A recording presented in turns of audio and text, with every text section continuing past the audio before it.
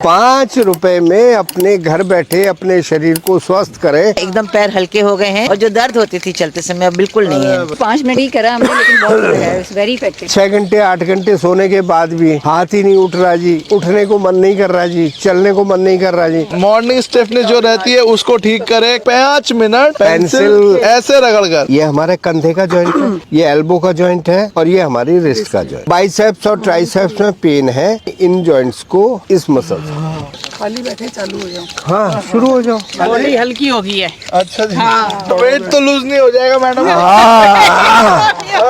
ये आपका कीबोर्ड है, यहाँ टाइप करोगे स्क्रीन पे टाइप हो जाए, तो अगर यहाँ करोगे तो अंदर ऑर्गन ठीक हो जाए। कंधे का दर्द ठीक हो गया मेरा, थोड़ा थोड़ा सा हुआ था आज, तो वो निकल गया। जो लस्सी रड़कते थे हाथ से, तो उनके हाथ के प्रेशर पॉइंट अपने आप दबते थे, तो इसलिए क्लास में ना आने का बहाना नहीं। पेंसिल रगड़ कर अपने स्टिफनेस को दूर करे, शरीर को हल्का बनाए। कंधा दर्द, कमर दर्द, घुटना दर्द, उसको ठीक करे। सिर्फ 5 रुपए की पेंसिल 5 मिनट रगड़ कर 5 तरह के लाभ इस प्रकार 5 तरीके से लिया जाए। हमारी स्पाइन को लेके चलते हैं, तो हम अपनी स्पाइन को ऊपरी हिस्से को, जिसको हम सर्वाइकल एरिया कहते हैं, इसको हम 4 पार्ट में बांटते हैं। पीठ करने की जरा, तो हमारी यहाँ से लेकर टेल बोन तक ये 26 वर्टिब्रा, 7 वर्टिब्रा आपकी गर्दन के अंदर होते हैं, एक के ऊपर एक रखे होते हैं। 12 आपके अपर बैक में होते हैं, यहाँ से यहाँ तक। 5 आपकी लोअर बैक में होते हैं, और एक जो ये पेल्विक एरिया है, इसकी पीछे वाली बोन सैक्रम बोलते हैं इसको, ये भी रीढ़ की हड्डी का पार्ट है। और इसके ठीक नीचे दोनों हिप्स के सेंटर में एनस के ऊपर, जिसको टेल बोन बोलते हैं, कॉक्सिक्स बोलते हैं। सर्वाइकल रीजन, इसको थोरेसिक रीजन कहते हैं, इसको लंबर रीजन कहते हैं, और इसको पेल्विक रीजन कहते हैं। तो हमने 4 पार्ट में बांट दिया। अब हम अपने हाथ पर इन चारों पार्ट पर कहाँ देखते हैं कि आप अंगूठे को ऐसे मोड़ें जरा, तो ये जो अंगूठे का सेंटर पॉइंट है,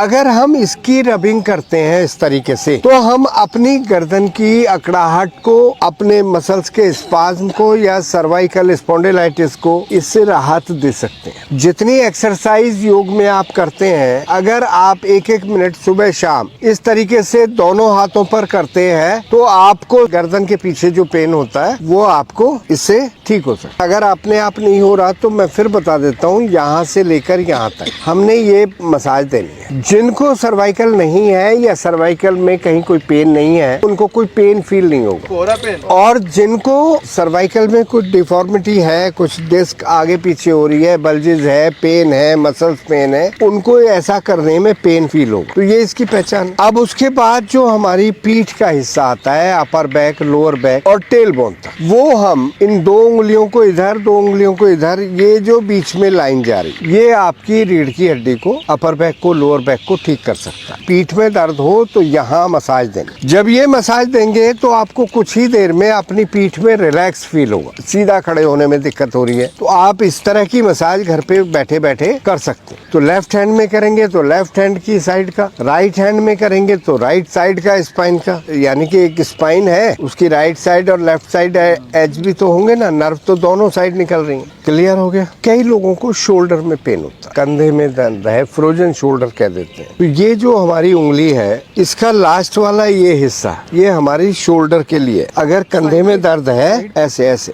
हाँ यस। हाथों में 4 उंगलियां होती, पहली उंगली और लास्ट वाली उंगली हम हाथों को ठीक करने में यूज कर सकते हैं। बीच की दोनों उंगली हम पैरों को ठीक करने में यूज कर सकते हैं। ये 2 हाथ हैं और ये 2 बीच के पैर। तो मान लिया किसी को एंकल में पेन है, बीच वाली उंगली के साइड में पहले जोड़ पर आप मसाज दें। पैर ऐसे ही तो होंगे ना, तो यहाँ टखना आ गया, यहाँ घुटना आ गया, यहाँ हमारा हिप जॉइंट आ गया। टखना कहाँ? नीचे, मतलब ऐसे करोगे तो सबसे पहला तो टखने में करना है, तो आपने इस तरीके से मसाज देनी, दोनों हाथों की, दोनों उंगलियों, चारों साइड हो। ऐसे कोई प्रेशर नहीं आएगा ना। इस तरीके से एजेस जो हैं इस पेंसिल के, वो एजेस आपके पॉइंट्स को रब करेंगे। ऐसे ही दूसरी साइड कर सकते हैं। घुटने में है तो आप सेंटर जॉइंट को करेंगे, ऐसे ही चारों साइड। हाँ, ऊपर से भी करेंगे, यहाँ भी दर्द हो सकता है, यहाँ भी और नीचे भी। तो हम इसको जोड़ को पहले बाहर से, अंदर से, ऊपर से, नीचे से। अब ये 2 पैर बताए, जैसे मैंने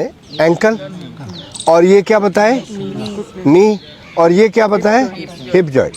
अब आपके एंकल और नी के बीच में काफ है, नी और हिप जॉइंट के बीच में ये थाई है।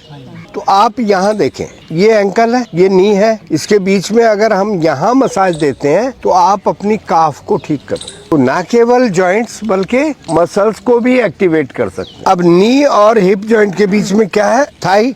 तो थाई के लिए आप यहाँ मसाज दें।